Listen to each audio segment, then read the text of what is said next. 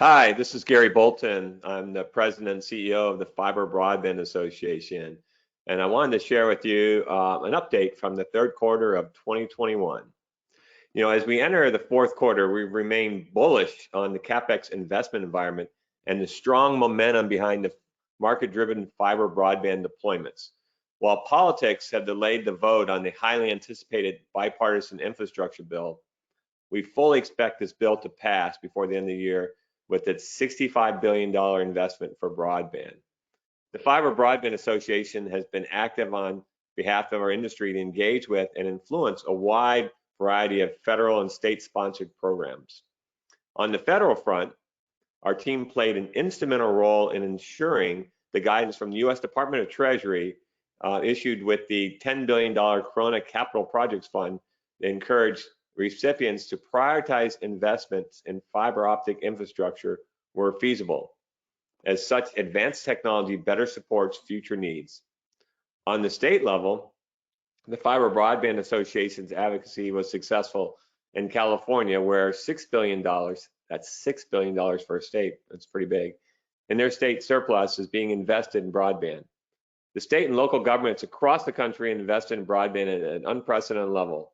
In addition, the FCC has begun to trickle out its Rural Digital Opportunity Funds, RDOF, for fiber broadband projects. These investments in fiber broadband will not only greatly improve nearly every aspect of our lives today, but help ensure digital equity for generations to come. As we enter into a very exciting time for industry, I wanted to take a moment to provide an update on the Fiber Broadband Association's performance for the third quarter of 2021. Let me start with the health of the organization. I'm pleased to report that the association is extremely healthy and growing. We have added 43 new member companies and 31 new public officials and Women in Fiber members in the past 9 months. Our annual conference in July was sold out prior to the event, and the attendance was 42%, the previous record. Our committees and membership engagement is at an all-time high. Momentum will carry into 2022 as the exhibit space inventory for next year's annual conference is already close to being sold out. Fiber Connect has become an anchor event for the telecommunications industry, and as we plan for our 2022 Fiber Connect conference, we have increased our attendance cap by 25% to accommodate the increased awareness and interest in our event. When I look at fiber investment, while the pandemic has been horrible in so many ways, it has illuminated the critical need for fiber broadband to all Americans, for all Americans to be connected. For those of you who are able to attend our conference in Nashville in July, you experienced an energy and excitement, growing as communities around the country look to deploy fiber to ensure their residents can fully engage in the digital economy. These same leaders are looking for fiber broadband as a mechanism to drive economic deployment, job growth, and the ability to attract new companies, as well as support work from home, remote education, and telehealth services for their communities. They also see the immediate benefit fiber brings in supporting emerging applications and services that will impact their communities, such as smart grid modernization and future services such as 5G. In particular, it's particularly exciting to see so much attention and investment on so many fronts as traditional, emerging, and community operators have reached out to the unserved and underserved communities with public-private partnership models. We saw that a lot with our conference. Let's take a moment to talk about workforce development. Given that we're entering a historic fiber broadband CapEx investment cycle, we need to make sure that we have the workforce to ensure that fiber is being deployed across every community. As a result, the Fiber Broadband Association has developed an accredited fiber optic technician training program called Optic, with 144 hours of instruction and 2,000 hours of apprenticeship. The U.S. Department of Labor has recognized the Fiber Broadband Association as a national apprenticeship sponsor, and we held the signing ceremony during our conference in July. The nationwide interest and demand in our training program has been tremendous, and we are working with community colleges and veterans programs, state broadband and workforce development offices across the country to help scale this training as communities and operators move from planning to deployment.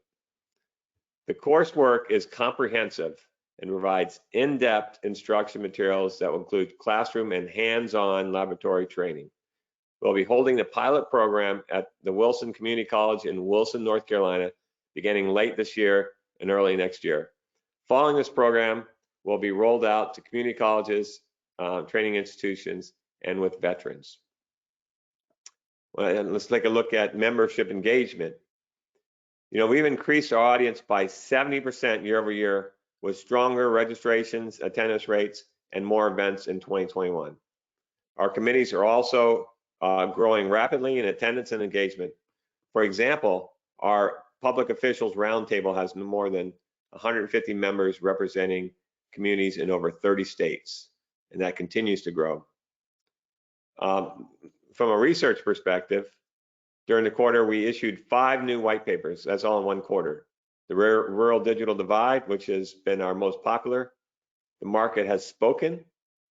That's our second most popular. Fiber versus fixed wireless access.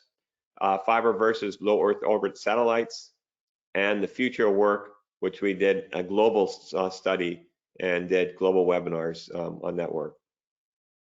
Now taking a look at our LATAM chapter. Our LATAM chapter is back in black. Let me say that again. LATAM is back in black. The success of its June virtual conference has put the chapter on pace for positive financials for 2021. Under leadership of our 2021 chair, Nelson Sato of Furukawa Electric, the chapter is leveraging the strong momentum from its June virtual conference.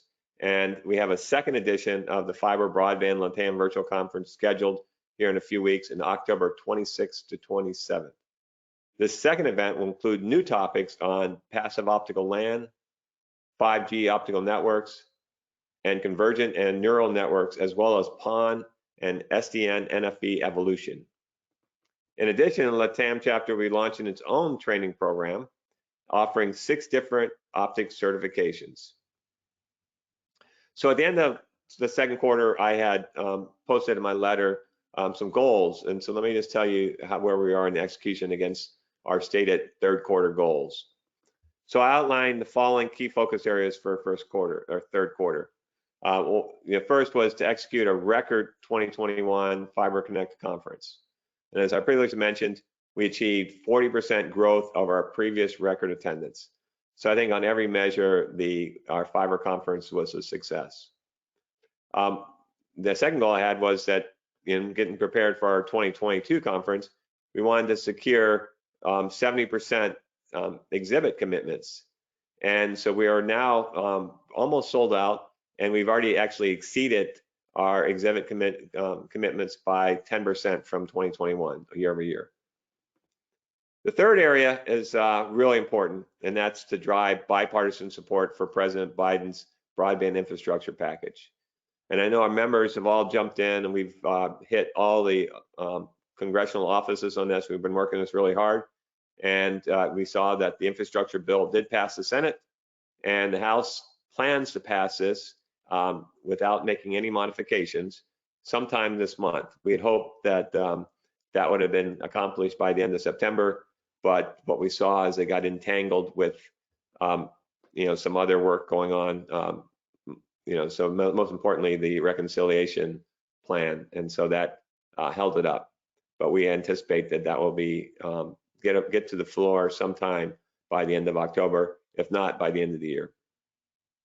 We also wanted to launch our Optics accredited fiber optic technician program, and as previously mentioned, we did a signing ceremony at our conference, and it's fully accredited now by the Department of Labor, and we're planning our pilot, sometime either end of this year or beginning of first quarter 2022. We also wanted to publish our global work from home study and execute corresponding webinars across the world, and we were able to do that with the help of our Fiber Global Alliance. And then we also wanted to work on our diversifying of the Fiber Broadband Association's revenue streams to expand our membership services. And what we're seeing is that our webinars and Fiber for Breakfast attendance is up 70% year over year. And our third quarter sponsorship targets exceeded our benchmarks by 10%. So we're making good progress in that area. And then lastly, kind of a blocking and tackling is we need to put in a new association management platform and website. And so we have been working on whittling down to a short list, and we expect to have that in place here over the next first half of next year. So let me outline our goals for the fourth quarter. First and foremost, we want to finalize our strategy to help accelerate and maximize the benefits of the broadband infrastructure subsidies for communities across the nation. So we anticipate that the broadband infrastructure bill passing, and we have some plans to put in place to help NTIA to be successful and those communities across every state be successful in accelerating fiber deployment. We're also going to kick off the development, content development and planning for our Fiber Connect 2022 conference. The bar is high. We had such a successful conference this year, but I'm highly confident we'll even be more successful and even have a greater event in June of 2022. We're also, we want to prepare our accredited fiber optic technician program for our pilot and continue to work with the state broadband and workforce development offices to really build out this workforce development. And then we have our LATAM conference coming up in a few short weeks, October 26th to 27th. We had such a successful LATAM conference in June, and we need to follow that up with another home run. And then as we end the end of this year, we are working on our strategic plan for 2022. And then we'll be preparing and getting ready for our Premier members meeting in December. So if you're a Premier member, hopefully you will attend on December 7th. So as we head into the final quarter of 2021, the Fiber Broadband Association is hitting its stride and leading our industry. We have the wind at our back, and the opportunities in front of us could not be more exciting. This position comes from 2 decades of what I call sharpening our axe. It's now time to realize the fruits of our labor. I want to thank our outstanding committee leaders and all of you that can board. I also want to thank our outstanding FBA staff and strategic partners for all your heavy lifting throughout the quarter and the year.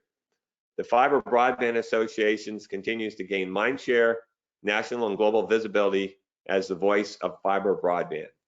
We will continue to work with the administration, Congress, internet service providers, and communities across the nation to accelerate the deployment of fiber networks to ensure digital equity and enable every community to leverage the economic and societal benefits that only fiber can deliver. So thank you very much. I really appreciate all your membership and all your contributions. I really feel like that we are hitting our stride, and we're going to have a great end of 2021 and really launch into a fantastic 2022. So please reach out if you have any questions or if there's anything that I can do or my staff can do to help accelerate fiber broadband to your community. Thank you very much.